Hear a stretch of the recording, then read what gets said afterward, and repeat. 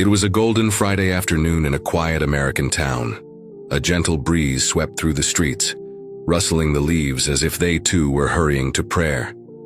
The call of the adhan echoed softly in the distance, pulling hearts, some knowingly, others unknowingly, toward the house of Allah.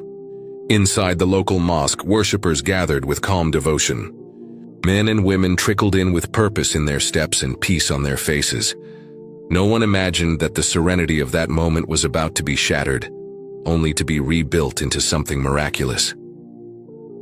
Across the street, a pair of women stood, hidden in plain sight, Ashley and Riley. One driven by mockery, the other by hesitation.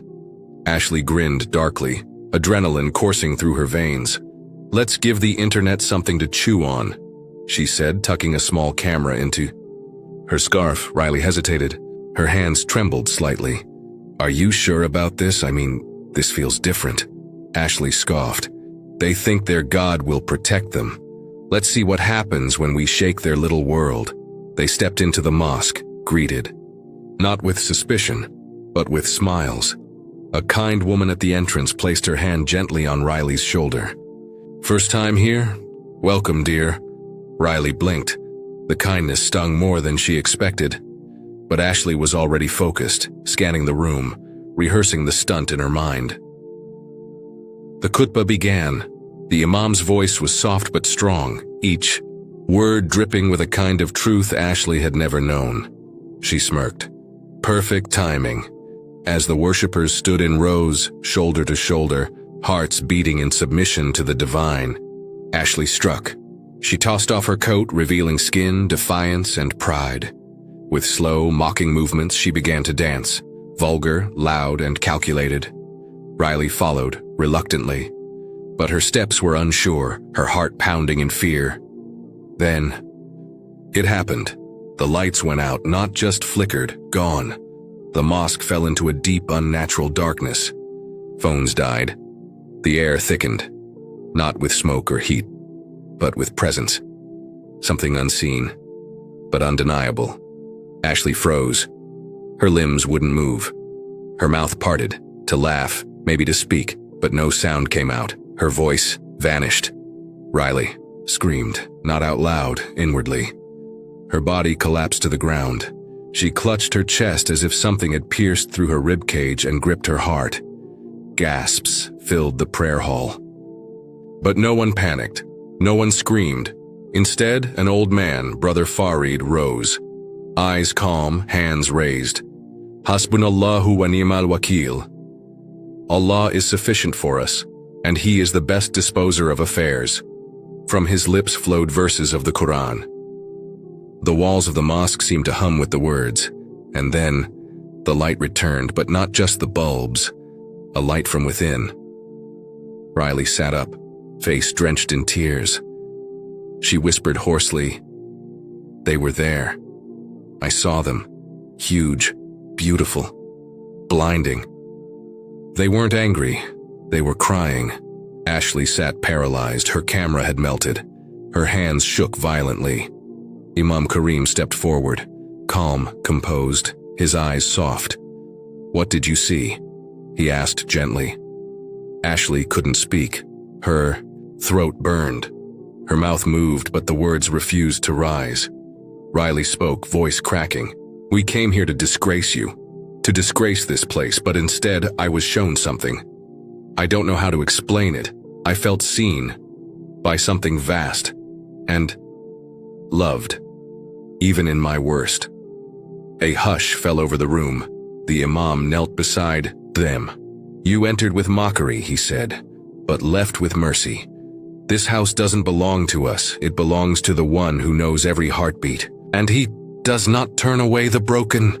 Riley cried harder. "I don't want to leave. Please, teach me how to pray." The women gathered around her like sisters. No judgment, only love. One handed her a scarf. Another took her hand. A circle of compassion surrounded her where once she stood with arrogance.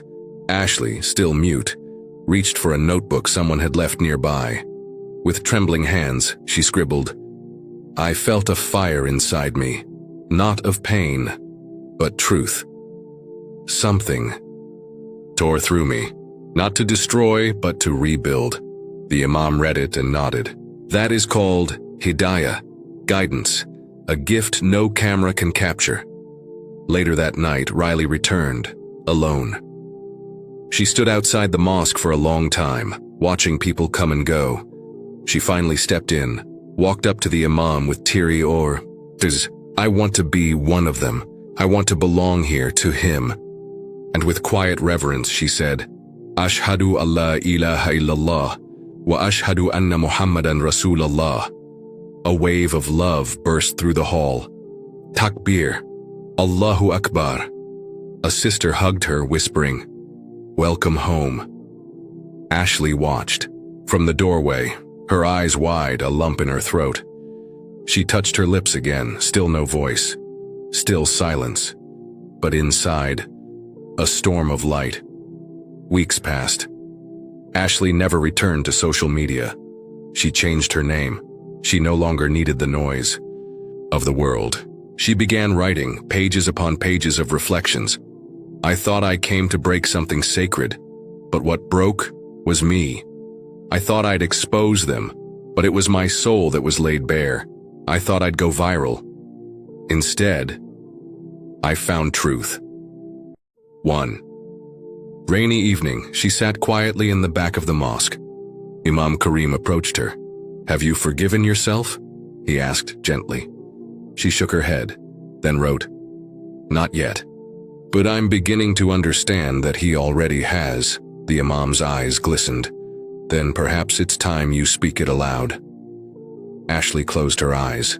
She inhaled deeply, and for the first time since the day everything changed, she whispered, La ilaha illallah. The words flowed like honey.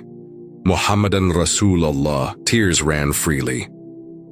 Her voice had returned, not to mock but to glorify. From that moment on, she became Aliyah, the one elevated by truth. A name chosen to honor the elevation Allah brought into her life. Today, both Riley and Aliyah sit in study circles, teaching women the Quran. They tour mosques, sharing their story. Don't mock what you don't understand, because what you laugh at today might save you tomorrow. What was meant for scandal became a sermon. What was meant for humiliation became healing. What was meant as a prank became a higher purpose. Two souls returning to their Creator. As the Quran says, and Allah invites to the home of peace and guides whom He wills to a straight path. 10:25. May their story remind us, the masjid isn't just walls and rugs. It's a portal between earth and sky. And from time to time, that portal opens wide enough for even the most lost hearts to walk through.